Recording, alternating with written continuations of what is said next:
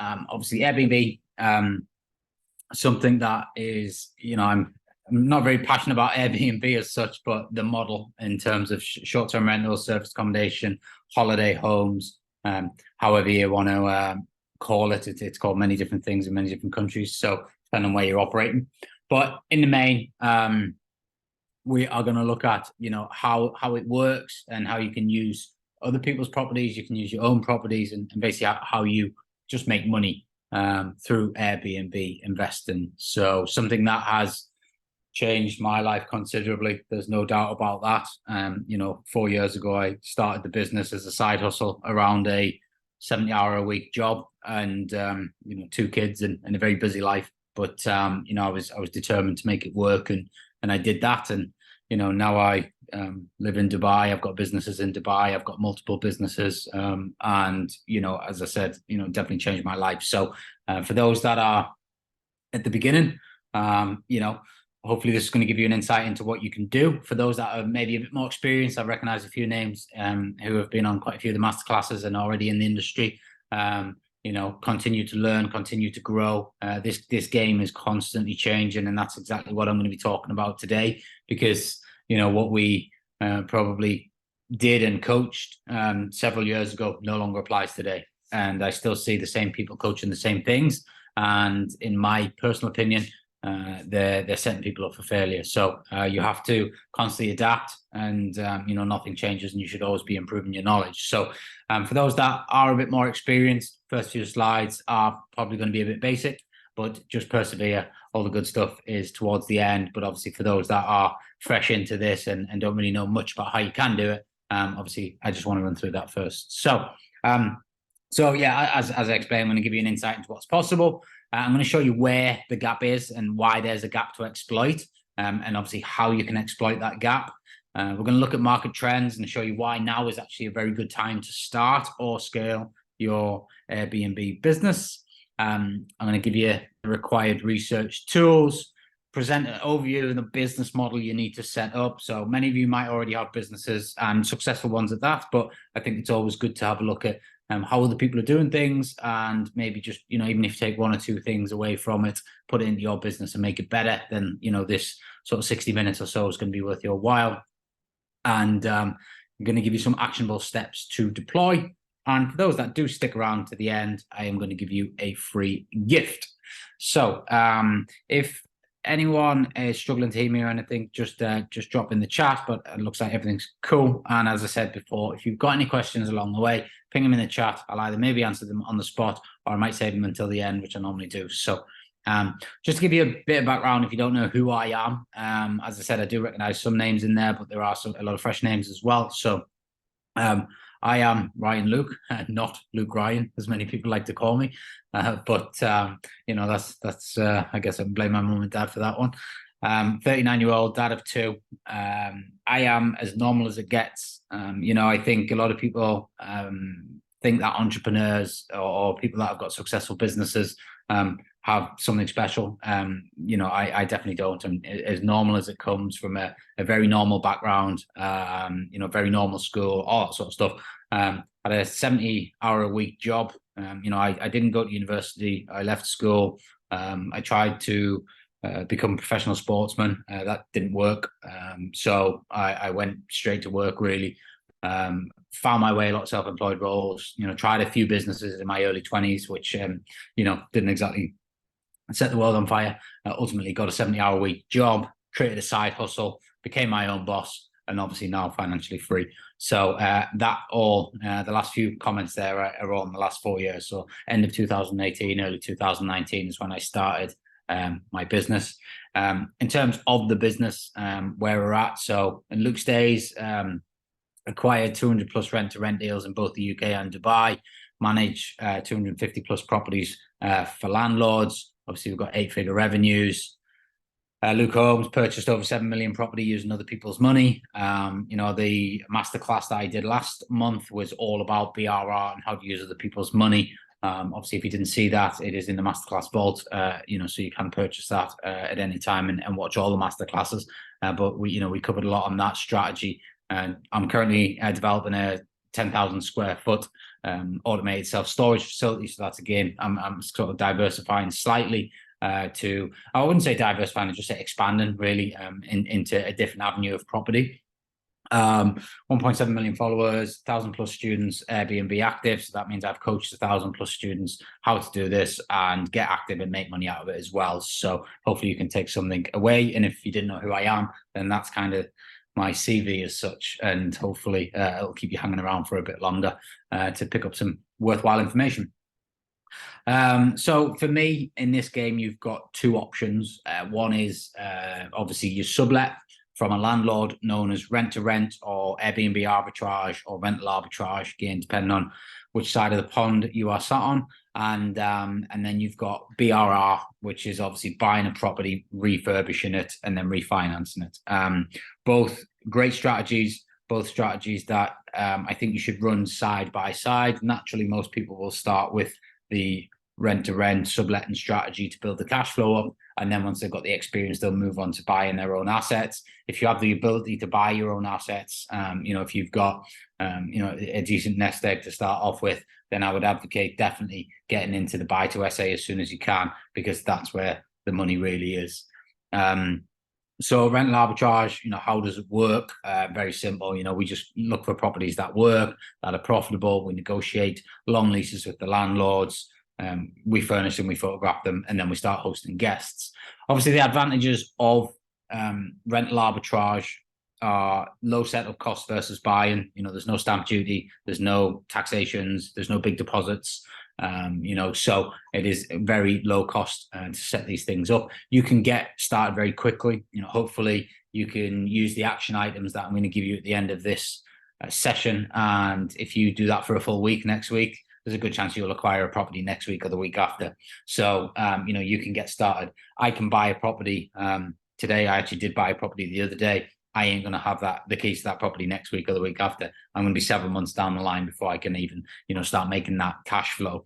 So rent to rent is a very quick way to get started. And when done correctly, it does provide a lot of good cash flow. I say when done correctly because I have also lost money on the wrong units. And I am seeing a lot of people losing money on the wrong units because, as I said earlier, the game's changed and you need to know what to do, where to do. And that's what I'm going to do today for you. But the game has changed. So you've got to really get the right rental units because, it is quite high risk rent to rent. You obviously have high monthly costs versus ownership. So naturally, a rent's going to be more than a mortgage in most areas. So, a clear disadvantage there in terms of profitability. You are at the mercy of landlords. Now, whilst I believe that we actually offer a landlord something very positive, you are still at the mercy of the landlords. So at any time they could decide they want their property back, or we can they could just change their mind. They might not like what you do, and there could be issues with the neighbors, whatever it might be. They can take it back off you. You've got no control. Obviously, if you've invested in setting that unit up, then you could potentially be wasting money. And obviously, it's a very competitive market for stock. So don't get me wrong, buy to SA is very competitive as well. But there's obviously more people with the ability to go into rental arbitrage than there is the ability to go out there and buy 200,000, 300,000, 400,000 pound houses. So that's just kind of advantages and disadvantages with the buy refurbished model. So advantages is you can actually buy multiple properties with one pot of money when you know how to do this and you can execute it correctly. You can use investor funds. I mentioned earlier that we purchased over 7 million with investor funds. I am a big believer of using other people's money. It helps you grow so much quicker. Even if you've got money. I mean, I think everyone knows that. I think Apple has sat on something like, 2 trillion. Don't quote me on that, but I know that the number's insane, yet they still borrow money. And people are like, well, why do they do that when they're sat on so much cash reserves? If they can leverage money cheap, they'll leverage money cheap, and that's how they do it. Great cash flow when done correctly. For me, this is the best strategy out of probably anything that I've done, is buying the right type of house, running it on the right type of strategy, which is sort of high-end or contractor model, and the cash flow from it is superb. on average, my owned properties are probably doing something like 2 to 2,500 every single month net profit. So the more of them I can get, the better. It just is a bit of a slow process to get them in. Disadvantages, obviously, slower acquisitions, as I mentioned earlier, easier to make costly mistakes. If you try to do the BRR method and you get a valuation wrong, or you underestimate the cost of the refurb, you're going to get your money tied up, and that could be, that could be you. One bad project can stop the flow entirely. So I feel like I've executed this very well since the start, and I think that was due to the fact that I really got myself educated on how it works, how to cost things up, how to look at numbers and analyze data, and look at things from like how surveyors look at things, how builders look at things, and just make sure we've got the numbers correctly, because ultimately you've got to make all those decisions before you actually put an offer in. And once you've put an offer in and you've committed and bought the property, you're not going to know what the uplift is until you actually get the valuation. Don't get me wrong, I have got a few wrong, but nothing disastrous enough to tie up loads of money. So you do need to make sure you know what you're doing on this. But if you do it and you execute it correctly, you can have one pot of money and you can buy many, many properties with that one pot of money as you continue to just refinance it out and go again. Everyone's probably heard this quote if you're interested in property, but 90% of all millionaires become so through owning real estate. It is the number one asset for me. I've dabbled in stocks and shares, crypto, various businesses, all sorts of stuff. But, this has been the only business for me that has continued to produce once the hard work's gone in. And, whilst we're sat here now, people will be booking the properties, money will be coming into my bank accounts, and I'm not having to do anything for that. So that is the beauty of real estate. I've just had 2 months pretty much out of Dubai, traveling all around Europe, with friends and family. And, whilst I was doing all that, my business was just constantly paying me. So, that's why this is a great business model, and that's why a lot of it produces a lot of millionaires, because it not only gives you capital appreciation, but it also gives you passive income as well, which you can then obviously reinvest. So, ABC model, obviously asset, bank, cash flow. So we kind of need to start with the B, but the bank or the private investor, or ultimately if you're doing the rent-to-rent strategy, that is how we will acquire the property or the asset, the A element of it. And then from the asset, we will then create the C element, which is the cash flow. And it is a constant cycle. So, we go from asset, and then obviously the asset then kicks out more cash flow, then we'll buy more assets, or we go back to a private investor and we buy another one, and then that kicks out more cash flow, and we build and we build and we build. And that's why property is so lucrative done correctly, and also so popular with a lot of high net worths, because they see the value in it in many different avenues. And it's I don't want to say easy, because building any sort of business is not easy, but the short-term rental side of things, once you've got it leveraged, once you've got your systems automated, once you've done the hard work of getting a nice little portfolio up, you can, as I said, I've just pretty much taken 2 months off.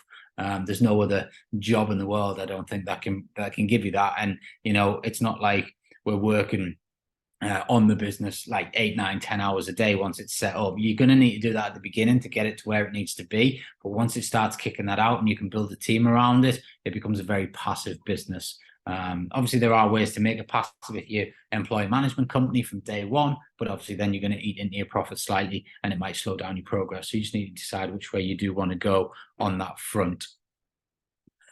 So, exploiting the gap, I mentioned this earlier, and this is, there'll be a lot of people sat there, and I get a lot of questions either on my TikTok videos or whatever, who have never been into this, like, why on earth would a landlord want to give you their property? There's no way that this works. This has got to be a scam,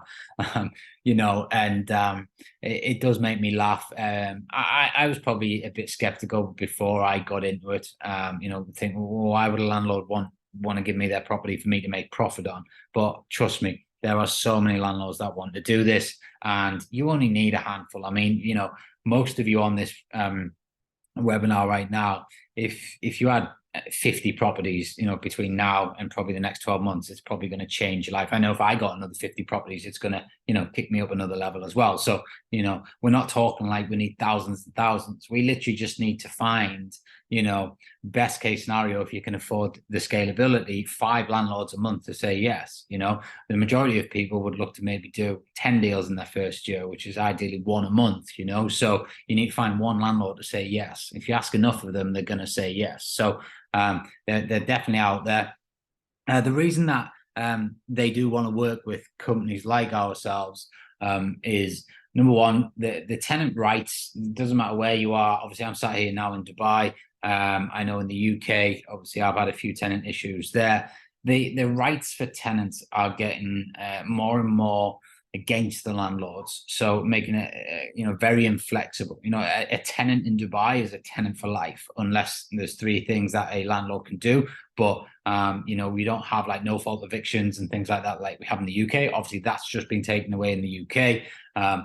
So there's many reasons that landlords get their backs put out a bit by the regulations from the governments, which give tenants rights. I mean, in the UK, without having to waffle on about it, but the fact that someone on benefits gets paid their housing allowance into their bank account to then pay their landlord just shows you which side of the coin the government's on that front. It's just insane. If they can't manage their money enough that they're on benefits, so then they get given money to then expectly pay their landlords. It's just crazy. But these are the problems that landlords are facing time and time again, and more. So this is one of the reasons why they want to look for a different option. Again, bad experiences. I've had several in the few tenants that I have had. I made the decision quite early doors that I was going to only host to guests, but certain properties I couldn't because of leases and things like that.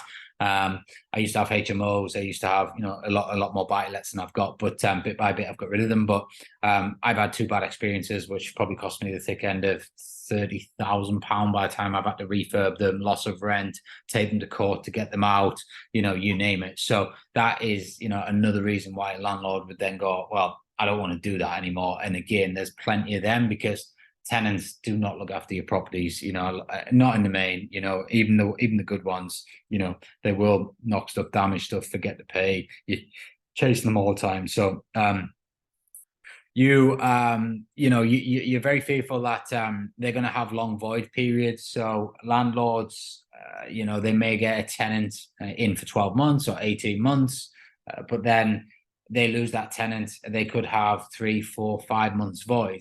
Even if they just have 1 month void, which is the typical turnaround period, even if you've got a tenant ready to go, it doesn't necessarily mean they're going to move straight in. So you're going to have downtime over a 5-year period. You may have 2 or 3 tenant changes plus a couple of voids in each year, or even just within that period. That's going to amount to maybe like 8 months voids over the 5-year period. So you're offering them that you're going to pay them every single month for the 5-year period. So they're already 8 months better off in terms of profitability. So again, another reason why landlords would want to work with us. Probably hear this quite a bit, but landlords are quite lazy, and you can kind of see why they are, especially the ones that are a lot more mature, because the more you do this game, the more you realize that you can do very little and actually get paid. So it almost, and it's in a way, makes you lazy, so you start to enjoy more time, and you just work on the business a few hours. And then some landlords, they hardly work on it, especially if they've got buy-let portfolios. There's really not that much to do apart from check if the rent's coming on rent day.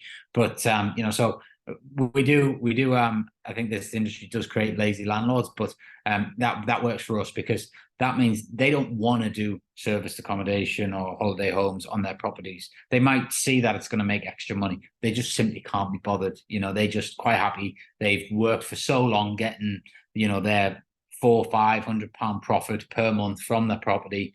They're quite happy with that. It pays for their life. They're used to that. If they can just guarantee that for another 5 years or whatever the period might be, they're quite happy to do that. They're not bothered about making an extra 500 quid or whatever it might be. So, so lazy landlords, we can take advantage of that, because obviously we're on the sort of different side of the coin, where we're getting in this game. We've got the hunger behind us. We want to make it work. So we're willing to do the things that they're not willing to do.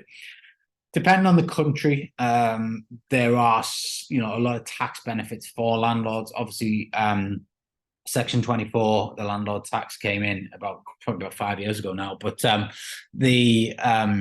that did hurt a lot of landlords' pockets. This done correctly, you can help them with that.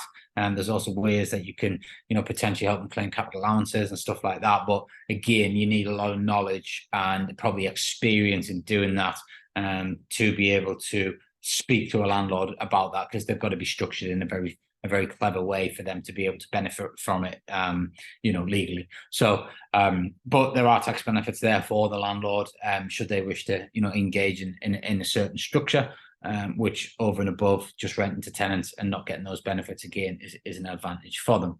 So, in essence, we are, just looking to exploit the gap for the landlords, and for your buy, refurbish, refinance deals. A lot of people want to know, like, well, how have I borrowed, sort of over 7 million off somebody else to buy property? Well, because I create a win-win situation. There's a lot of people out there who've got money who don't have knowledge. They don't understand property. They've never bought property. And it might. We live in this property bubble, so we just assume everybody that's got money understands property, but that's not the case. They might have made their money in something else, crypto once upon a time, or maybe they had a steel business, or something like that, and they just sold out. And so there's a lot of people that actually don't have much property knowledge. And the great thing for us is, like, society brainwashes people to don't have debt, pay your mortgage off, own your own home, all that sort of stuff. But that actually plays in our favors, because then we've got all these creative strategies to be able to actually use someone else's money and then actually buy an asset for ourselves and then give them the money back. So the lack of knowledge, and our increased amount of knowledge helps us exploit that gap. A lot of these wealthy high net worths don't have much time. They're potentially running multiple businesses. So they don't necessarily want to spend the time to learn about a new business or a new asset class. They may have just advisors, or they just simply have no time. So if someone comes along and offers them a good return on their funds, which is fairly secure, then they're going to be interested in lending you the money. They've got no motivation. Again, a bit like linked to the time and the knowledge, and as I mentioned before, like, they're just not motivated at all to do this. They don't want to deal with guests. They don't want to deal with setting properties up or refurbing them, finding deals. They're just simply not motivated. They've got money. They want to give it out and get a return, because at the end of the day, that's all. When you get your money mindset right, money is just a tool. And money is, too many people focus on money as like a necessity and something that funds absolutely everything to do with life, and it is to a certain point. But when you pass that point, it's not. You realize money is just a tool. Whether you can buy more time, you can buy buy more businesses, you can buy more money effectively, and that's all they're doing here, is buying more money. They're going to give you 100,000 for maybe 110,000 return. They're just buying more money because they've got money, so they're using it as a tool.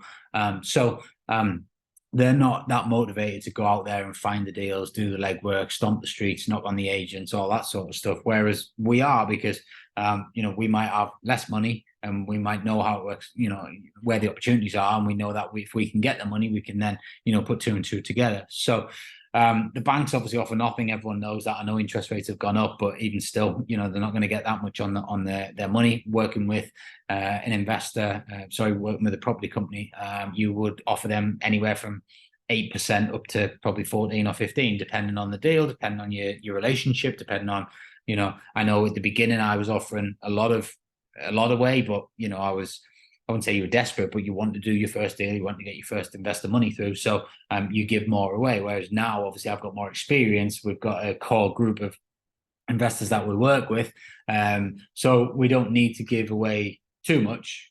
We just make it a fair amount, so it works for both parties. But I definitely gave away too much in the beginning. But hey, it's fine, because it's still buying assets. I've still got those assets today. I've made money on them. They've cash flowed since day one. So okay, I maybe gave a bit too much percentage away for 6 months or so, but in the grand scheme of things, I probably could have given double that away and still been profitable. So that's the great thing with property and the BRR strategy is there is a high margin available to play with.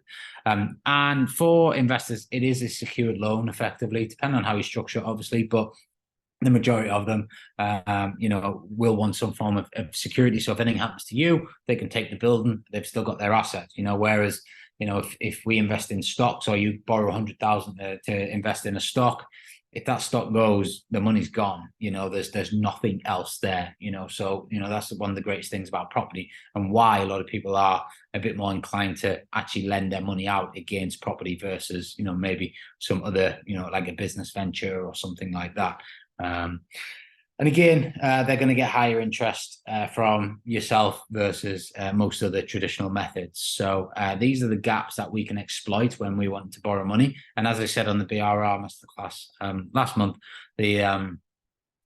you will have, I think everybody's got at least £2 million in their phone book right now. It's just a case of how you tap into it and knowing how to tap into it. But your phone book is the best place to start. So when I speak to people, people come to me wanting mentoring, and they want to, and I always sort of ask them sort of questions about how much capital have you got to invest in your business, that sort of thing. And they kind of £5 grand, 10 grand, 20 grand, whatever it might be, and I say, have you got access to any more money? And they always say no. And it always makes me laugh, because I know that when I show them what they don't know, that they'll realize they've got a lot of money, sitting on their mobile phone that they can then utilize and exploit this gap, create a win-win situation, and start buying their own assets. So it is just a case of getting the knowledge, I guess. I just want to show a quick. So this was one of my students. So for those that maybe skeptical about the whole Airbnb game or how it all works, I think it's good to bring to life some kind of real life situations. So I will just quickly play this. I remember saying to you, I think it was in January, that, and you said, "What are your goals? What are you planning?" And I said, by Easter, I want to be out of my job, and I want to have 5 properties. Rather than, you didn't say, "Oh, great." You said, "Well, how are you going to achieve that?" That's great. That's a dream. But what are you going to do? So straight away, you start thinking, well, how many viewings do I need to get on? How many landlords do I need to contact per week to be able to achieve 5? So straight away, it's that accountability, isn't it? And that's what I need. And I said straight away, if I'm not doing what I need to be doing, I need to be told. I want you to say, you need to up your game. It's not a hobby for me anymore. And I think coming into your program, it was kind of I worked, and this was a side hustle. Now it's my business. Not just a business. I absolutely love it. I love the investing. I love getting in, fixing problems. I really, really enjoy it. But what it's given me is I control my destiny. If I fail, that's down to me. If I succeed, that's down to me also. And that's what I wanted. On Monday, my daughter wanted to go to the park after school. I could do that, because I wasn't governed by a 9 to 5. I had that freedom. At 10 p.m, I might put my laptop up, start sending some emails out. I control it. It's down to me, and that's what I wanted. So, I remember saying. So yeah, I mean, Paul, obviously, just for those that are probably in a job, it just shows you how quick you can actually get out of it and then create. I think there's kind of 2 elements to the word freedom. There's freedom, and then, which is for me, being able to wake up on any day of the week and deciding what you want to do. And then you obviously have financial freedom, which is, making sure that you can wake up every day of the week and you don't ever have to really worry about money, because, it's coming in plentiful amounts, and you can do it. So I think the first step for most people, that obviously, majority on this masterclass, the reason I do them on evenings is because most people work. The majority of conversations that we have is most people want to quit their job. I left a 6-figure salary within a year of starting my business, because, I scaled it that quickly. So I'm not saying that's the norm, because I don't think it is, but, it is possible. And there's many other of these kind of stories that show you what is possible if you just put a bit of work behind the knowledge that you gain in this industry. I think one of the most frustrating things for me is I do see a lot of people attending these masterclasses, and I do see a lot of people, and obviously talk to a lot of people on direct messages and on my social accounts, and they don't seem to be moving forward. Like some people that I was speaking to 3 years ago are still in the same position. You know, that means they're not doing anything with the information they're being taught, because you know, you can get plenty of information out and about nowadays to execute this, but it just comes down to hard work at the end of the day. You know, once you've got the right tools. Okay, so why do I think now is a good time to get into this? As always, I know a few people have joined late here, but if you do have any questions along the way, pop them in the chat and I will answer them. Hopefully I haven't sent too many people to sleep already.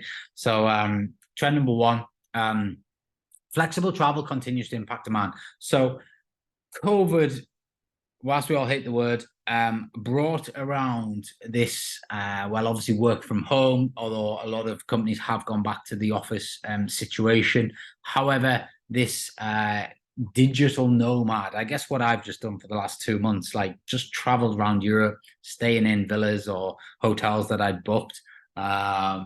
It's quite funny, but I booked my first Airbnb this summer, the first time I've ever been on Airbnb. And when I tell people that, having sort of been in the game and the amount of Airbnb properties I've got myself, they laugh at that. But I'm more of a hotel type of guy. But I did book a nice villa in Spain, and I used Airbnb for that. So, but anyway, sidetrack slightly. A bit of useless information. Long stays have kind of remained since COVID. So as you can see from this graph, sorry, you know, you can see in COVID there, 20 to 21, obviously long stays where people just basically were either trying to escape the lockdowns, or they were thinking, okay, well, I'm allowed to now work from home, so I don't have to go to the office. So I don't need to live in Newcastle, for example. I can go and just live in Spain because I'm allowed to do my job from my home. So I might as well live in a nice, you know, warm environment. And that, I think, is that set a trend. So when you have the right type of properties, you can capture this trend. And you know, I'm going to come on to it later why you need to be doing this.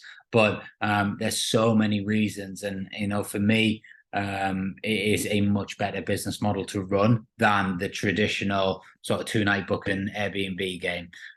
You know, for me, that's not really a business. You're just a sales agent for Airbnb, and there will become a time when, you know, you'll start losing money. So that's trend number one. Trend number two, demand is up, yet supply is low. So the demand for short-term rentals I mean, tourism's like the second largest industry in the world. So, you know, it's always going to be there. Travel, you know, is always going to be there in the majority of people's locations, or you will be able to choose a location nearby to operate in if you can't find one. You know, the demand is there. Yes, there are certain areas that are oversaturated. And again, I'm going to come on to that later and how you can combat that. But in the main, we have these fluctuating trends, and we're currently in a trend of low supply. And the reason is, if I just take you back to before COVID, I mean, whether I got lucky or not, I don't know. But when I started this game, you could literally buy some furniture on Facebook Marketplace, put it in a property, and get bookings. There wasn't that much competition, and it was quite easy. But then what happened was, obviously, more coaching programs came out, more people were talking about it, so naturally it perked up a lot more interest. So people were then like, okay, well, I want to get in this game. So then obviously the supply went through the roof because people were like, shiny penny, I'm just going to get involved in this craze that's going on, a bit like what we saw with crypto not so long ago. So but then we had COVID, and then if you were not cash rich in COVID, or you hadn't built your business up enough to support yourself for probably 3 to 4 months, you were given keys back, and your business went under. And so we then saw, and also it obviously scared a lot of people because, you know, at the end of the day, we didn't know when it was going to end. There was lots of restrictions everywhere. And, you know, so a lot of people give keys back, came out the game, landlords switched back to buy to lets. I know I personally did. I had a couple of properties that I was refurbing just before lockdown, and lockdown happened and I put them in the buy to lets, you know, so there was a lot of that type of thing. So obviously then the supply dropped. Then we went through the winter period and we came into probably March 2021. And obviously, most of the restrictions around the world have been lifted. So boom, travel kicks off again. And again, loads of people get back into the market, want to make a quick buck. So supply goes back up again.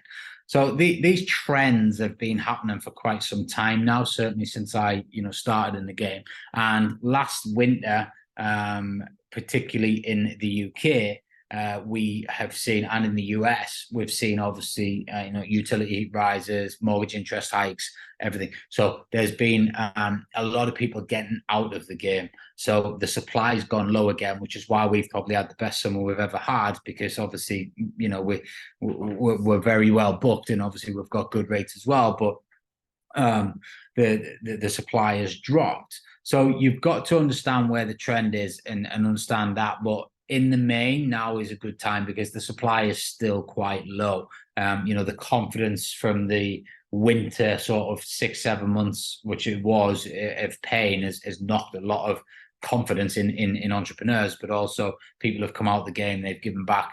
And also a lot of people have been following the wrong strategy for the last 2 years, that they are just not profitable anymore, with the increase in the cost and stuff. So there's a lot of factors creating this low supply. So if you do this job correctly and you know what you're doing, then you will be able to make it work and pick up on the demand that is there.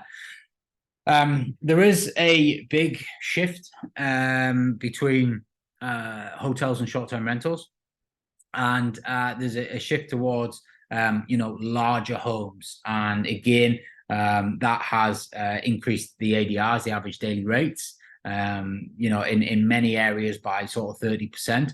But obviously, as I said, the unit levels have dropped as well, which obviously is going to help increase the ADRs. Because if there's less supply and you're supplying something, then obviously you're going to get a lot more inquiry, so you can chuck it up. However, it depends on the type of unit you've got, because there are some units that are oversupplied, and these are the ones that the majority of people, the sheep, as I call them, are going after, and you want to just let them go after them because they're not going to succeed doing that. So you've got to really, box clever in this game if you want to make it work. Find your niche, and which we have, and then just execute it, double down on it, and just do more and more and more of it.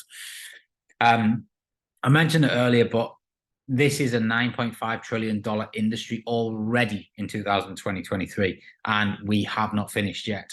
So we are, no doubt going to surpass 2019's 10 trillion.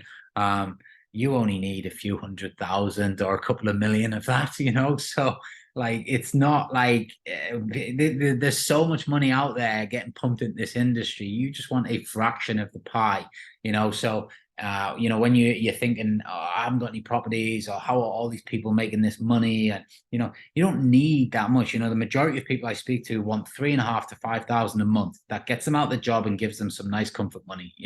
That is easily attainable in this game with very few properties if you do it correctly. And this figure here suggests that money's getting thrown at you. You just got to take your slice of the pie, but you've got to understand how to do it properly. So, why does real estate create wealth? I kind of mentioned this earlier, but property's always gone up in value. Always gone up in value. Yes, it'll go up and it'll go down, and there'll be cycles, don't get me wrong, but it always goes up in value. But the great thing about property is, whilst it's going up or down in value, as long as you hold the asset, it's also spitting out cash for you to spend, reinvest, pay you, do what you want. It doesn't matter. You've got an asset there, and it is just like a piggy bank. You just turn your tap on, and every month it's just pouring some money out at you. If you do it correctly, you're going to have more money than you're putting into it, and you're going to make some good profit. And all the while, that property is getting more and more, appreciated. So that is why 90% of millionaires come from property, because they use it in two formats. Once the property has increased in value, you can then refinance it to get more money out, to buy more, to create more cash flow. So it's a constant cycle of just more if you do it correctly. Now, obviously, it's not always just one way up. You've got to take the rough with the smooth. But in the main, if you do it correctly, follow the guidelines and put the effort in, you will, in a very short space of time, I'm not talking like 30 days, maybe 12 months, 2 years, 3 years, change absolutely everything, you know, around you, not only your life, your family's life. You can change, you know, as I seen a quote not so long ago, like, it takes one person to change a family tree, you know, like one person to change the direction of a family tree. And, you know, I firmly believe that, you know, I hope that I've done that for my family, you know, my kids, kids, you know, and so forth, you know, and set them on the right path. But you know, it does just take that one person. And for me, if you get stuck into property and you understand how to play the different game, then you really can, you know, change everything for you. So, tools for the job. So, service accommodation is a complex strategy. It's not passive like buy-to-lets. You know, there is a lot to it until you obviously then build a team.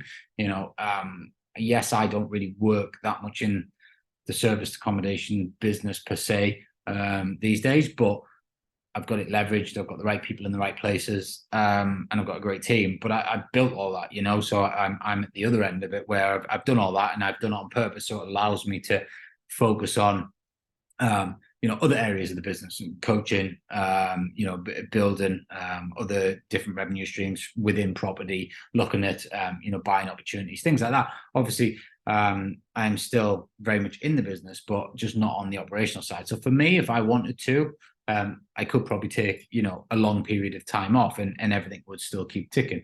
But in the main, service accommodation is not passive. And if anyone tells you it is, they're lying.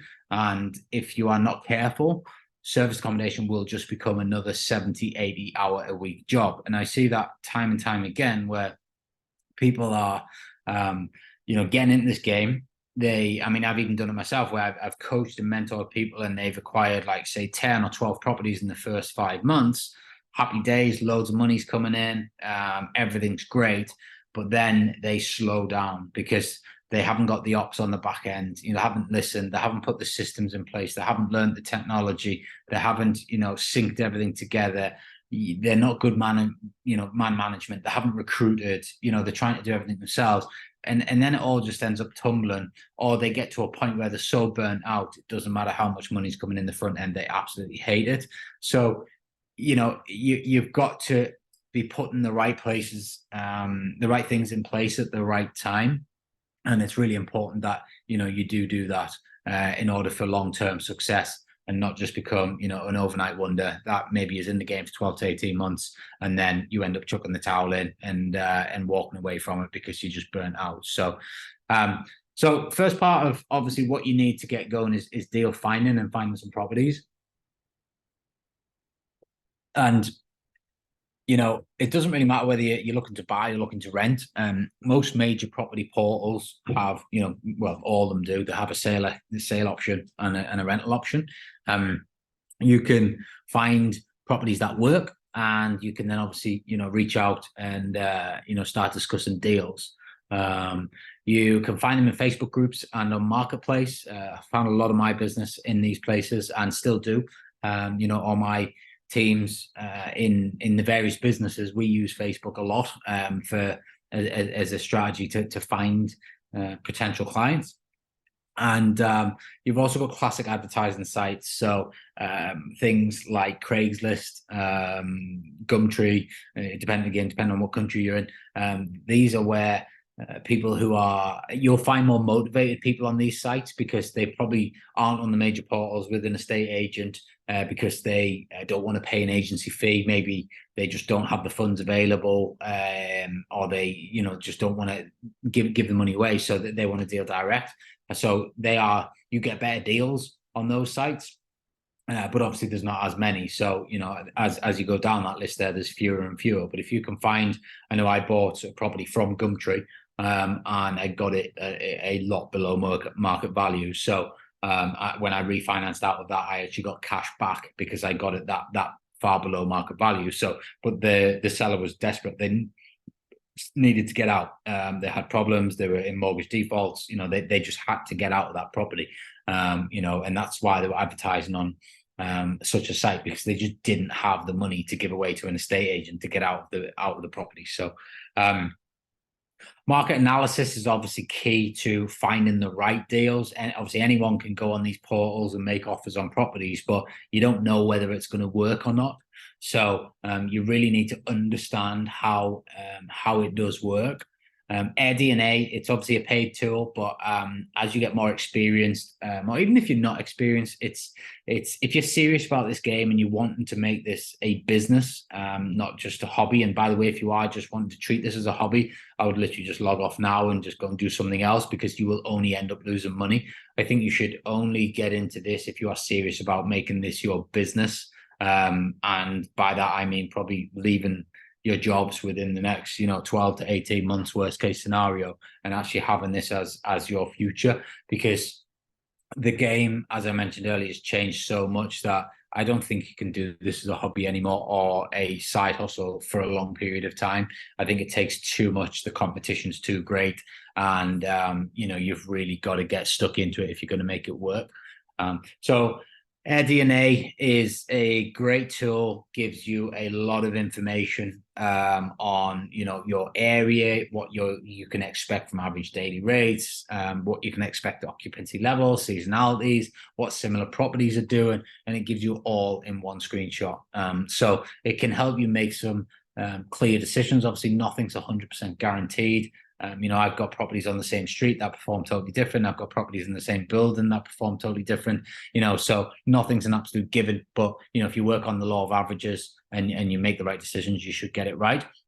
Airbnb calendars is a good way to do it if you want to have a look sort of as a free option. So search your postcode on Airbnb, have a look at 10 or so properties that are listed. Click into the property, go and have a look at their calendars, see how far out they're booked, see, are they booked this weekend, next weekend, weekend after? Are they getting booked for, 10 days at a time, 20 days at a time, 4 days at a time? And from that, you'll start to see some sort of patterns emerge. And then you'll be able to make some decisions of, okay, right, they seem to be getting regularly booked in that area. I've checked 10 properties, average length of stay seems to be 7 days, so on and so forth. You can start then putting that into your spreadsheets or whatever you do to calculate whether they're going to be profitable or not. And then you can obviously make inquiries to actually acquire them. Deal calculator, so market analysis.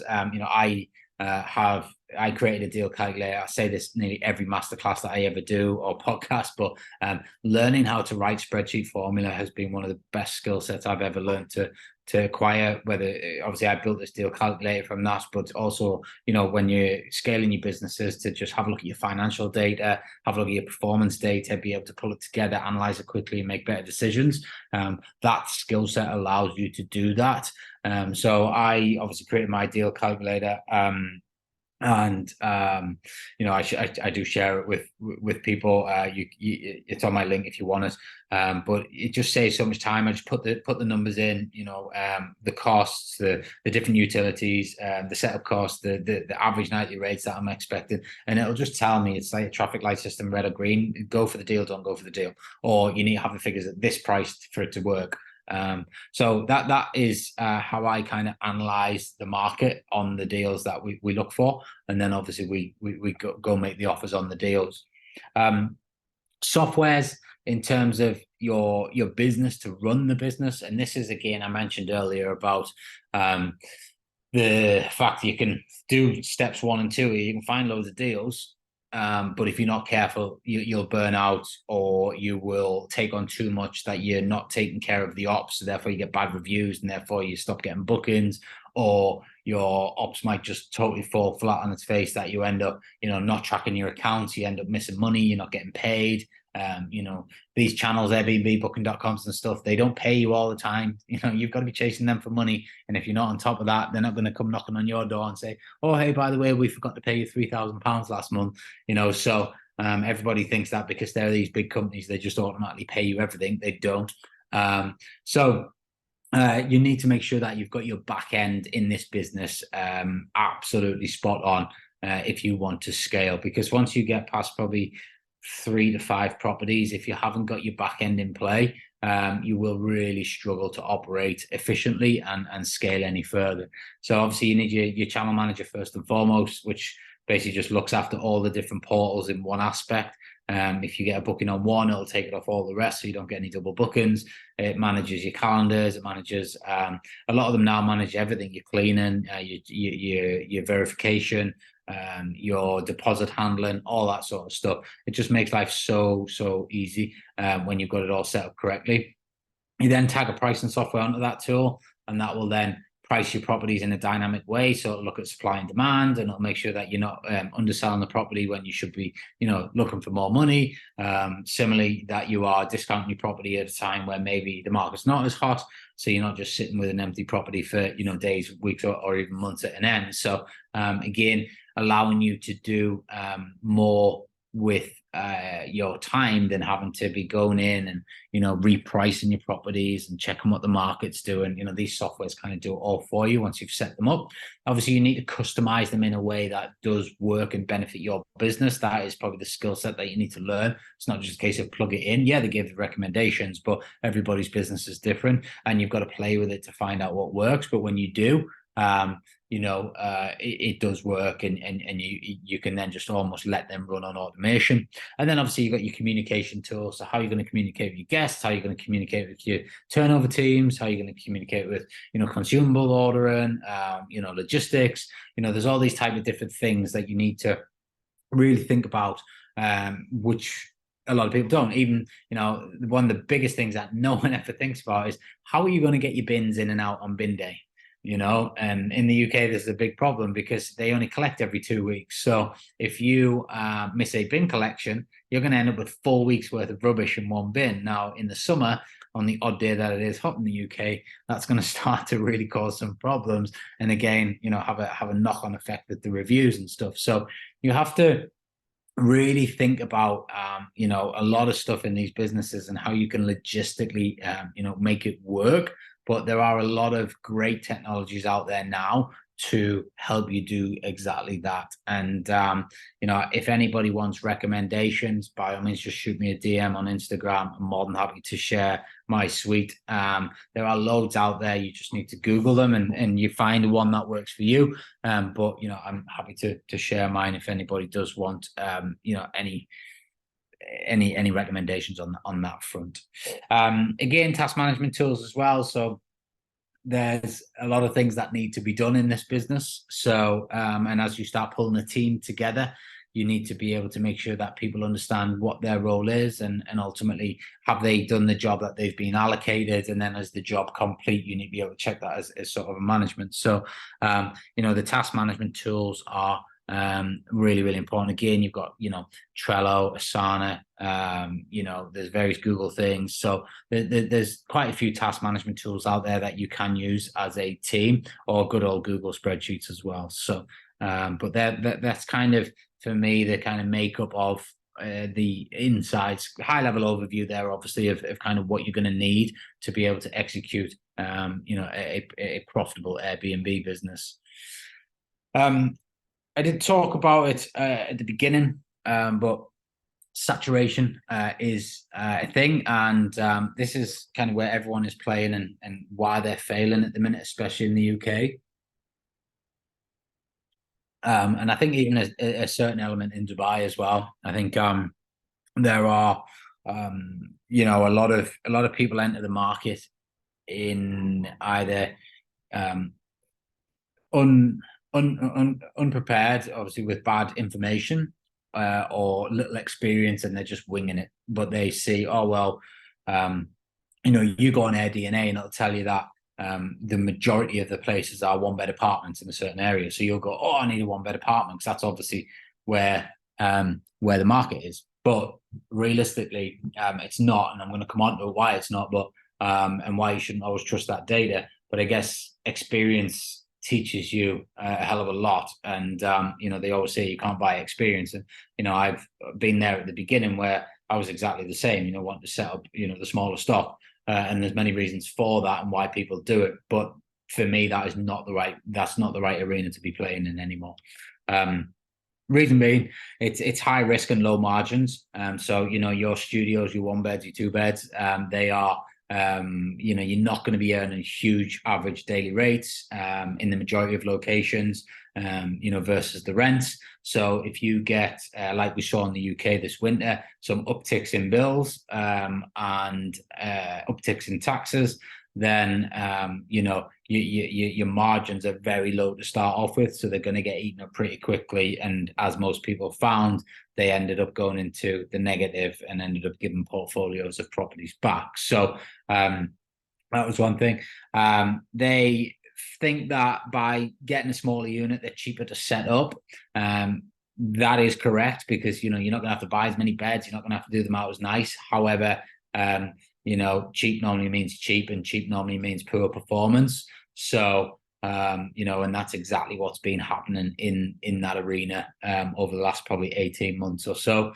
They believe they're lower risk because they're cheaper, so naturally when you're starting out, someone says, oh, you're going to need to pay £800 a month rent versus £3,500 a month rent. Naturally, you're going to be a bit like, oh, well, I don't even know this game. I think I should test the water on the lower end. But for me, knowing what I know now, that's not the right decision.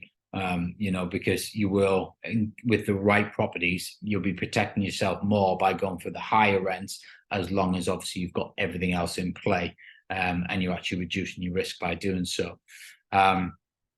Personally, rent to rent for certain properties is dead, and should be avoided at all costs until there's a major market shift, or what I think will happen is the majority of people that I'm coaching right now have been kind of following what I've been doing, and I personally have been doing this the last 2 years on this model, and we're seeing just great results from it. But rent to rent in its let's say mass format, for me, is a no-go. You need to be doing it in the niche format to make it work. Cheap setups, kind of repeat myself there. By operating on this model as well, you're relying on OTAs. Now, OTAs, whether you like it or not, are taking probably 20% or more from you. I know someone will be going, well, Booking.com only charge 15 and Airbnb only charge 3 or 13 or whatever, but they are in control of your business. You will get reconciliation fees. You will get customers complaining and you're having to give them money back, and that's Airbnb and Booking.com doing it on your behalf. You're not even having a say in it. So all in all, this amounts up to me to be 20% or more from every single booking on average that you're actually paying out to the OTAs.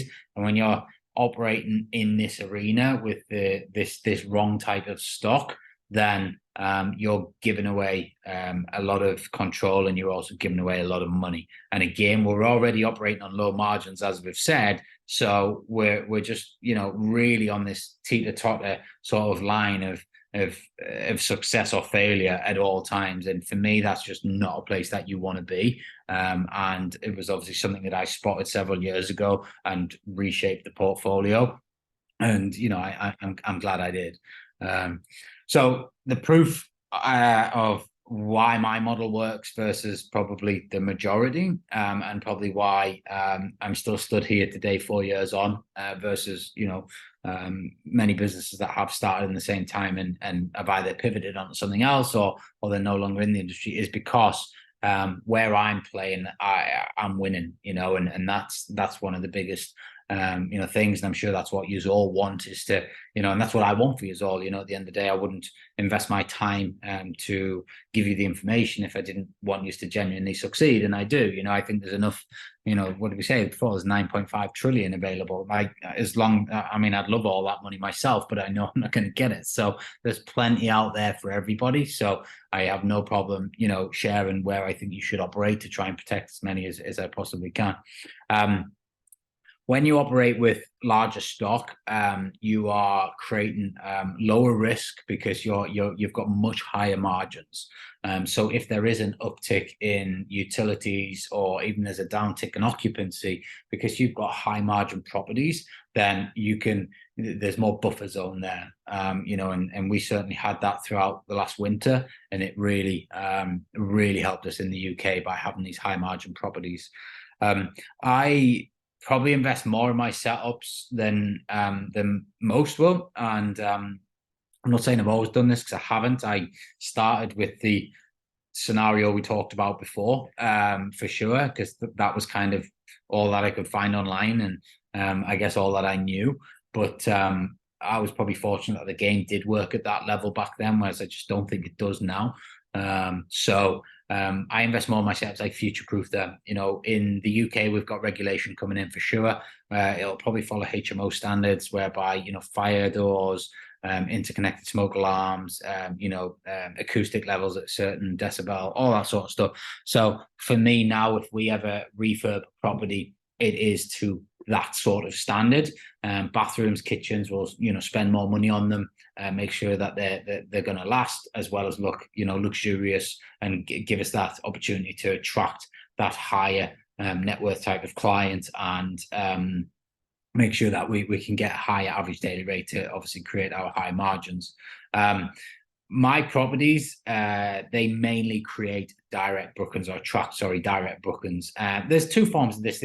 This hasn't just been a case of, okay, I've secured the right property and therefore I'm getting more direct booking inquiries, although I do believe there is an element of that. Obviously, some of it is to do with our marketing, our brand building, and everything I've done over the years with the website and the SEO and things like that. But I do believe that we get more inquiries for this type of property than you will, even if I had no website, then you will running on the other strategy, because it works that way, and that avatar is looking for that. To give you an example, my owned portfolio year to date is at 75.87% direct bookings, and my rent to rent portfolio is at 72.63%. So that's since January the 1st this year.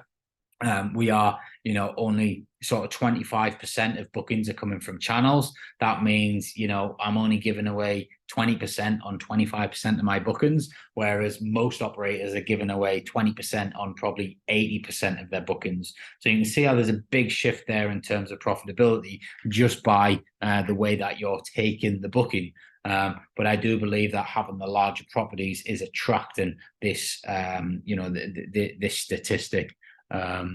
I obviously invest in my marketing. I mentioned it before. So, you know, I've invested in SEO now for probably 2.5 years. We get a lot of inquiries to the website, asking us for, have you got, places that sleep 8 people, 10 people, 12 people, and looking to do deals for a longer period of time. So that has, definitely played a part in achieving that direct booking percentage. As well as obviously having the right costs of property.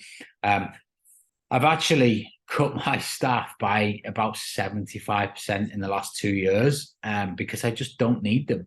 The model I was running, which is like the previous model we discussed, prior to that, I needed lots of staff because I had lots of guests turning up, and we had lots of cleans to do, and we were every probably 3 or 4 days we were having a turnover. So whereas on this niche model, we're having people in there for months and months at a time, and we're doing like a clean every 10 to 14 days. Once they're in there, we don't need to be really telling them what lockbox codes are, how they're getting in and out, how the gas cooker works, blah, blah, blah, so there's just not as much maintenance. So, naturally my profitability shot up because my costs have come right down, and it's a much nicer and easier business to work in. 2 years ago, I probably looked and felt a lot older than I am now, because it was not, the phones were non-stop. We've got this problem, we've got that problem, how do we solve this, how do we do this, we've got this guest kicking off, da da da da da. And whereas now it's very peaceful. I know I've leveraged myself a bit more out of the business, but even still, when I speak to the management in the business, they're not stressed, they don't seem to be flapping, they very rarely ring me for problematic questions. So it just shows you that operating in that way as well has other benefits on the bottom end, because you can make as much money as you want, but if your costs are outweighing your money, then the only person winning then is the staff. And that's not why we're in the business. We're taking the risk, so we should be getting paid the lion's share of the profit. So obviously, what are the risks of my model versus I guess the generic norm model? You're naturally going to pay higher mortgages or rents, because obviously we're taking on bigger stock. So that in itself is more of a risk. The fit out costs are higher. If you want to attract a better type of client, then you're going to have to potentially put better things in the property, or make them quirky, or ultimately just as I said before, future-proof them. So, whilst there isn't any regulation at the minute for sort of fire safety doors and things like that, I could just put normal doors on, but I know some point down the line, I'm just gonna have to refurb it again. So, at the start, I do that now. Potentially, if I get it wrong, especially if I'm doing a BRR and I get it wrong, then I'm going to end up with more money tied up, because obviously I'm on a bigger property. So if I get the development cost wrong, or the valuation wrong, then I'm going to tie up more money, because naturally it's going to cost me more money to get into it, which could slow me down. Not all areas work for this model, so I've tested various areas of several countries, and it doesn't work everywhere. So as they always say, knowledge is power, and understanding where works and how it works. There is also still a bit of a, you've got to take some risks, and you've got to test some areas out, because if you don't, you're never going to know. But it doesn't just work everywhere. So you got to make sure it's you understand what you're doing, or you're getting help and support to be able to direct you in the right way, or more than likely keep you away from the wrong deals. If you've got no marketing or sales skills, you will struggle to pull this off, because are going to need to market the properties correctly. And ultimately, when the inquiries come in, there are a different type of inquiry to your traditional Airbnb inquiry. So you need to know how to convert it, how to talk to the people correctly, follow up, all these kind of skill sets that we learn in sales. Been fortunate enough to be in sales since I was probably 19, so kind of understand how that all works. But it really does make a difference to your profitability. Again, just want to highlight another case study of just what is possible in this game. I know a lot of people are obviously on here to change their direction. So this is just another example. So from working with Ryan, what I didn't have before, so it was the confidence in the market, the fact that this guy's gone from 50 to somewhere around 100 plus properties in the space of 12 months during COVID is kind of like, well, he's obviously doing something right. And so I want to be learning from that. Also, just someone to have a chat with, and pass on my problems to someone else, and I can ask him any technical details I want, and here's a phone call away, or I just book a phone call with him, usually within 24 hours if I ever need to have a chat, which is, that for me has been the gold dust. I feel like I don't use it enough, but the fact that it's there just gives me the confidence to go and strive and push ahead to get deals. So to give you an idea, over Christmas time, they announced lockdown. I went and viewed another 10 properties. That resulted in me getting another 4 deals, which have now all come online and are all live, in the first 2 months of this year. If it hadn't been for Ryan at that point, I wouldn't have had the confidence, whilst everyone else was running for the hills, to actually go and view those properties. And that's why I got so many deals across the line, I believe, is because there was little competition in the market, and a lot of my other competitors have dropped out in this area.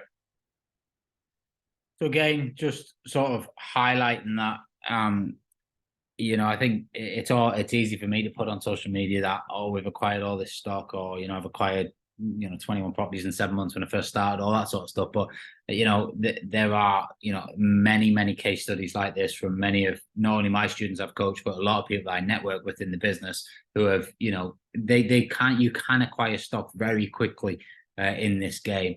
And, if you get profitable stock, Alex here, 15 deals in year 1, assuming every one of those deals is making him 1,000 a month, then, he's making 180,000 a year net profit, which is, that takes you into, top 1% probably, or definitely top 5% earners, so it can happen very quickly, this. But listen, it doesn't come, like, it's not just, I'll just start doing a bit and it happens. You've got to really understand what you're doing and where you're going.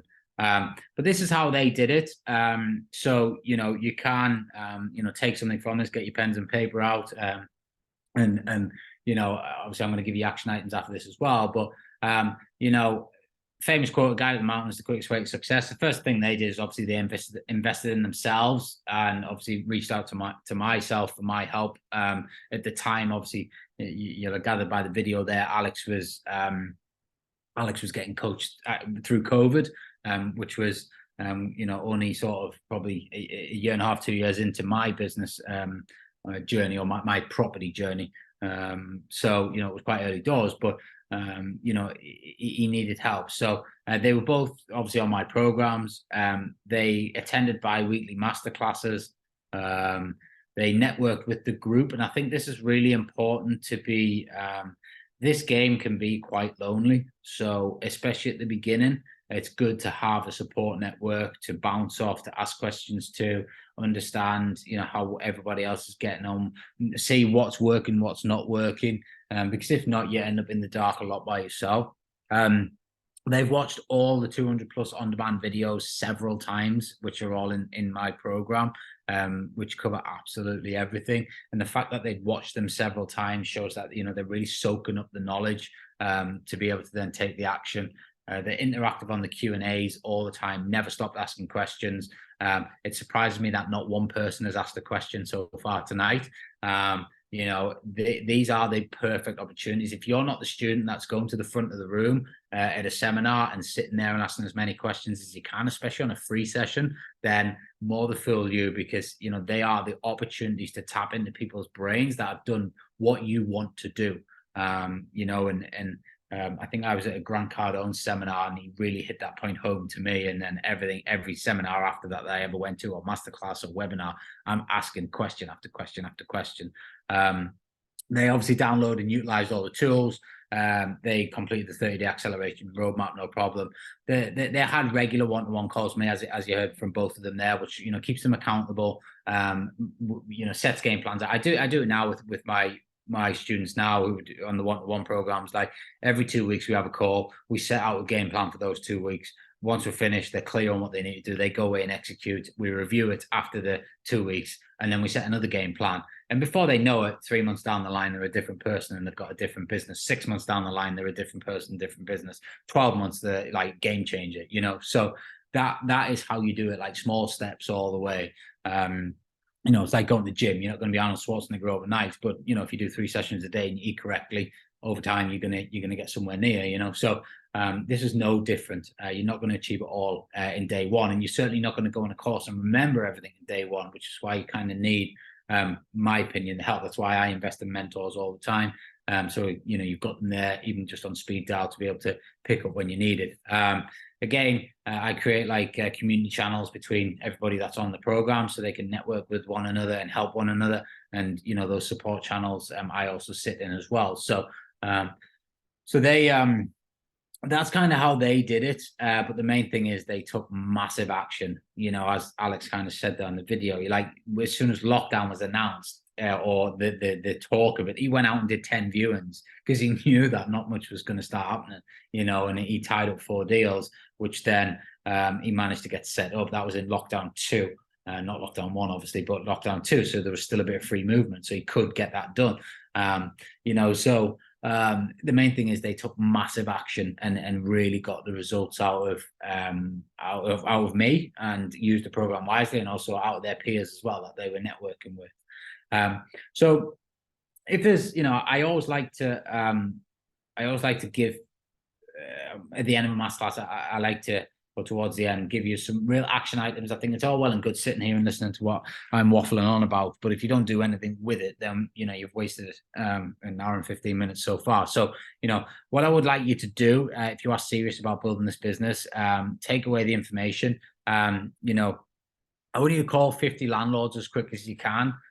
So, you know, get on the phone to them, get into your Facebook marketplaces, get onto your, you know, all these quirky little classified sites, find landlords and bring them, you know, find out if they've got the properties available, and then go on to 10, 15 viewings. You know, the sooner you can do this, the sooner you're going to find somewhere. Okay. Apply for a low rate credit card, ideally 0%. IKEA also in the UK and overseas do like 0% furniture loans. If you spend more money, that's going to help you leverage money, okay, and help you get these setups done even if you haven't got much money. You know, something that I deployed early on and, you know, worked very well for me. You can pay the money back from the profitability of the profit. You know, as long as you stack your deals correctly and you understand what's coming in, you'll have no problem paying those cards back. Obviously, you need to source your power team. You can't really do this until you've got properties, but you should be starting to think about it. You know, picking their brains on how much they charge for things, understanding, what a kitchen costs or how much carpet costs, or, these sort of things you should know so you can cost up your properties correctly. If you don't get the numbers right at the beginning, you're destined for failure. Okay. So you've got to understand how it all works, and you've got to make sure it's right. Obviously, set up a company if you haven't done already. A company will protect you in most countries, limited companies, LLCs, that sort of thing. They're there to protect your personal assets in case anything goes wrong with the business. That's how you should be trading. In my personal opinion. Identify the software providers you're going to use. So who you're going to have as your channel manager, who you're going to use for your pricing tool, who you're going to have for your communication platform, that sort of thing. Identify who they are, test a few of them. Most of them have 14-day trials. You can see what's what, and then you can find out which ones work for you. Start to draw out how you want your operational system and processes to look. So, this is how it's going to work once we've got a booking. This is how, who's going to deal with that. This is who's going to, arrange the cleaners, so on and so forth. Get it mapped out. So the sooner you do this, the more you're going to grow and the quicker you can get operational. Again, map out your business structure. So, you might not think, okay, well, I don't have any properties. I haven't even started this, right? But if you do this properly, this is going to scale quickly. So let's map out, right, in 6 months' time, who's running your business, who's dealing with the cleaners, who's dealing with ordering, linen, who's dealing with it. In 12 months' time, who's doing it? In 18 months' time, who's doing it? Map your business out so you know where you're heading at all times. And 9 times out of 10, when you write something down on paper and you put the effort around it, it actually comes true. So you'll be able to then follow that plan and aim for that business structure. Research furniture and renovation costs. Again, I mentioned earlier that, if you get these wrong at the beginning, you're never going to make any profit. So it's really important that you understand how to cost up refurbs and furniture fit outs. And if you are buying property, how to cost up what the end value is going to be once you've done those refurbishments, so you can see how much money is going to get tied up. If you don't, then you're just destined for failure, honestly. And it's not difficult to research these things. Just pretend to buy a 2-bed apartment on IKEA and just think, right, what do I need to fit it out with? Go and put a load of stuff in a basket. Boom, boom, boom, boom, boom. Get to the end, it'll probably come to about 4,500 or 4,000. Right, that's your average cost for that size property using IKEA, right? Can you beat it? Can you go somewhere else and find some cheaper items? All these sort of things. And you should be documenting this, because when you get into the nitty gritty, you got to set up quick, because every single minute is downtime that you're paying rent and you're not getting any money in from guests. So you've got to get the setups done quickly.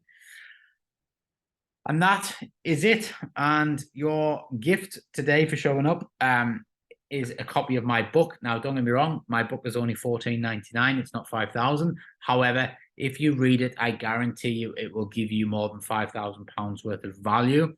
If you would like a copy of this book, send me a message on Instagram, direct message, and I will get you a copy sent out. Not a problem at all. So yeah, I'm going to take some of the questions. I appreciate that we have run a bit over the 60 minutes. But I will answer a few questions before we shoot off. So what's the new rent-to-rent strategy? It's not a new rent-to-rent strategy. It's just focusing on, for me, larger properties in the right locations so that you have higher profit margins. For me, I don't think in the majority of locations, the lower, the smaller properties don't work. To give you an example of this, obviously my managed portfolio in the UK, I can't control what properties we take on. Well, I can to an extent, because we only take on certain properties. We tend to stay with landlords only in a certain area and a certain condition. But if they want to give me a 2-bed property to manage, we will look at it as long as it ticks the other boxes. But in the main, my portfolio is much larger properties. My managed portfolio is a mixture of much smaller properties, and our average year-to-date direct booking percentage from memory, looking at the data this morning, is around 52%, I think it is, versus like the 75s on my own portfolio. So that is the statistic that shows me that by just having the right stock, you're going to attract more direct bookings and obviously make more money. I've been told by my property accountant to buy in my own name until I make 50,000 profit. I'm not an accountant, but it depends on your personal tax situation. It also depends where you live in. Obviously, you know, depending on what tax environment you're in. So I would probably get a second opinion on that in my personal, because if you came to me as a mentee, I would probably be advising you something different.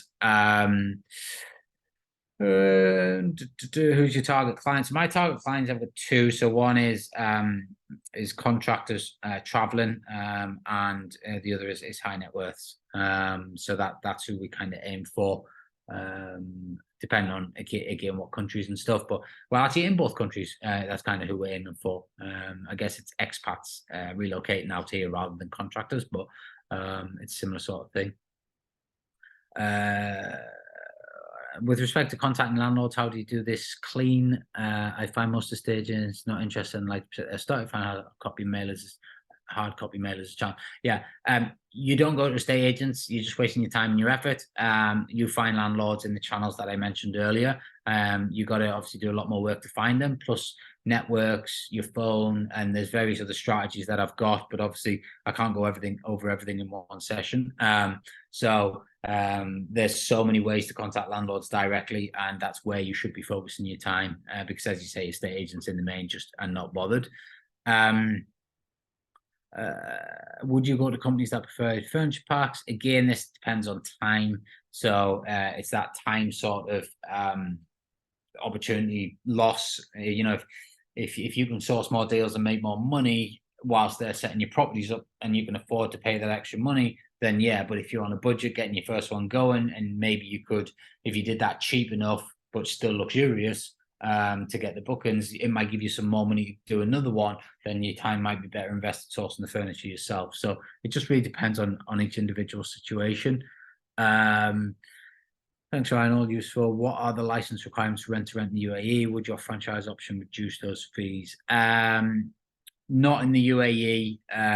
Licenses in the UAE, you need your DTCM license, which means you need your trade license to be able to just start.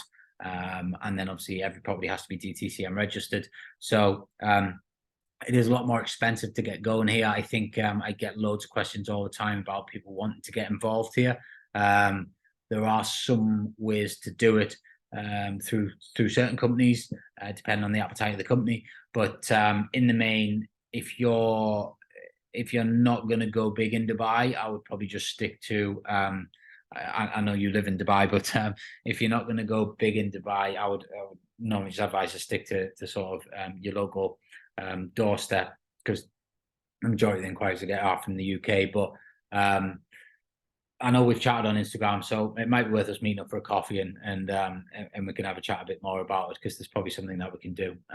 So drop me a DM and we can maybe discuss it afterwards. But in the main, the licenses out here are a lot more expensive. So if you're not going to get masses of stock to pay for the license, because obviously you've got to pay for them every year, then it's not worthwhile doing. Listen to it currently on Audible on my book. All right, thank you very much. How do you assess the right location? The tools I recommended earlier, Airbnb, AirDNA, and obviously tapping into knowledge of people that know what they're doing. I think they're the three ways that you would do it. Your STA business, build the courses that's based on your previous Airbnb model and short-term lets. There is a lot of content in there that is obviously the content's been getting built in there for the last sort of 2-3 years. All the masterclasses get thrown into there, so they're kind of as fresh as they come each and every month. Obviously the game changes, but I think the fundamental, you know, most people are wanting the course to learn how to deal source, learn how to structure their businesses, probably learn how to attract more direct bookings. And I think those fundamentals are the same. It's now just a case of understanding what market to go after. And I think any course is always going to be outdated on that in this game, because it moves so much. I think each and every year there seems to be a different pattern.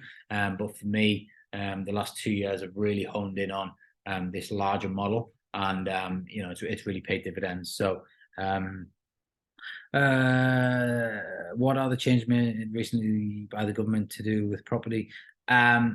They're changing them all the time, but there is obviously change. There's going to be a use class situation for short-term rentals, which will come with some tick box exercise of how your properties are going to have to be. At present, there isn't anything by the book. they're obviously changing regulations all the time regarding landlords and, you know, what rights they've got over tenants and things like that. So just depends on what country you're in. But just, you know, a bit of a Google, you can pretty much keep up to date with what's going on. With regards to direct bookings, which search engine direct booking platform do you recommend? Direct bookings is not really it's not like there's a magic website out there. You've got to build your own website. So I know Market Boostly does a great job for, you know, operators that maybe got, you know, 50 or 100 less properties, and is doing some cool things with AI. But for me, I have had mine custom made. You know, we followed the guest journey. We did a lot of research, and, you know, we made it more clickable and more bookable. So but that was a decision that I made because, you know, I had the budget and obviously we wanted to move more direct. So but in terms of like where to get direct bookings, there's a million different strategies, and you kind of just got to deploy them all at the same time and do a lot of it to get your lion's share. I'm not on Instagram. Is there another way to get a copy of your book? Yeah, hit me up on Facebook or TikTok or LinkedIn. I'm pretty much everywhere, but and get yourself on Instagram. It's good fun. I have 4 essays and struggling with direct bookings. Can you please suggest how to overcome this? The direct booking strategy is a masterclass in itself. That I have actually done a direct booking masterclass, and if you go on my link tree, I'll put it in the chat now for everybody. There is a course called Masterclasses, and you will get all of the previous recordings that I've done. Link tree, yeah. So you'll find it in there, and that'll give you many ideas about how to improve direct booking game. What's your opinion on the London market for rent-to-rent, travel corporate bookings, direct bookings rather than tourists? Should I concentrate on zones 1 or 2? Again, my experience in London isn't huge. I have had properties in London, but again, I still believe that this lower end 1 studios 2-bed model just isn't there anymore. I think you have to be going for the larger stock. Would you suggest staying away from coastal areas for holiday lets? No, not at all. I think you know, there's a great model in that. Sorry, the link's broken. But if you go on my bio on Instagram or TikTok, it's at the top. It's just Linktree official Ryan Luke. I don't know. Oh, I missed an I out of the official. So hold on, I'll just repeat this. Sorry, everybody. There you go. Coastal areas, again, it's about doing the right research, but again, I still think the coastal area is the bigger model. The bigger model suits you better. Go for the high net worths, go for the luxury stay, your higher profit margins, lower occupancy, but you're making more money and you've got less hassle. Very difficult. Yeah, Scotland is difficult. October 1st, how can I survive in this country? I think you've got to find your niche, haven't you? You know, and you've got to be doing what you know, swimming away from the tide. You know, they're not going to flat out ban SA businesses in Scotland because there's too much VAT involved in it. There's too much taxation involved in it. You know, it's one of the largest industries in the world. They can't differentiate too much between hotels and SAs. They're obviously trying to make it as difficult as possible, but there are still ways and means to make money. And again, without digging into it too much, but I do believe that, you know, the larger model in certain areas in Scotland would perform, you know, very, very well indeed. And obviously, you know, more than likely get around this because, again, it's not a flat. Okay, so you know, for me, flats cause quite a lot of problems unless they're in a building by themselves and there's multiples of them. That is not a bad business model as well. So so that is that's where I'm at in questions. One last thing I do want to obviously mention to people is I have just reopened a new mastermind. So there's a couple of options, either 120-day option or a 365-day option. If you do want to get you know, mentored like Alex, and Paul did, and many, hundreds of others that have, come through the program and are still in the program. It will, whether you get mentored by me or get mentored by somebody else, I guarantee it will fast track your results, and you will make a hell of a lot less mistakes, and you'll be more profitable in the long run. And with the right person, it is only a great investment in yourself. If anybody does want to join the mastermind intake, which is opening officially now, and I was speaking to a few people before on Instagram about the new intake, putting together the new groups for the final quarter of the year. Still can achieve a hell of a lot before January. Idea of the current mastermind would be to make sure everybody is out of their jobs and fully into property by January. If you do want to discuss that with me, then again, hit me up on either LinkedIn, Instagram, Facebook, and we can discuss what that looks like and what the cost of the programs are, and exactly what you get for that as well. But I can only say that I've invested probably 300,000 in the last 5 years on mentorships, and I don't think it serves me too badly. In fact, I think I've had value from every single one of them, no matter what the cost was, each in their own rights. And I think as business people and entrepreneurs, you need to be investing in yourself first and foremost, because if you wing it, you're only going to make mistakes. You'll pay for it one way or another. You either pay to get the knowledge and cut the corners, or you pay through the mistakes. So you just got to decide which way you want to pay, I guess. But I hope that's been valuable tonight. And as I said, if anybody would like to get involved in the masterminds, there is limited spaces because we just create pots. Obviously, I've only got so much time to offer. Then please just drop us a DM and you can potentially discuss getting one of those slots. And if not, I will speak to you all soon. Make sure you keep an eye on my socials for the next masterclass, and I wish you a very happy weekend. Take care.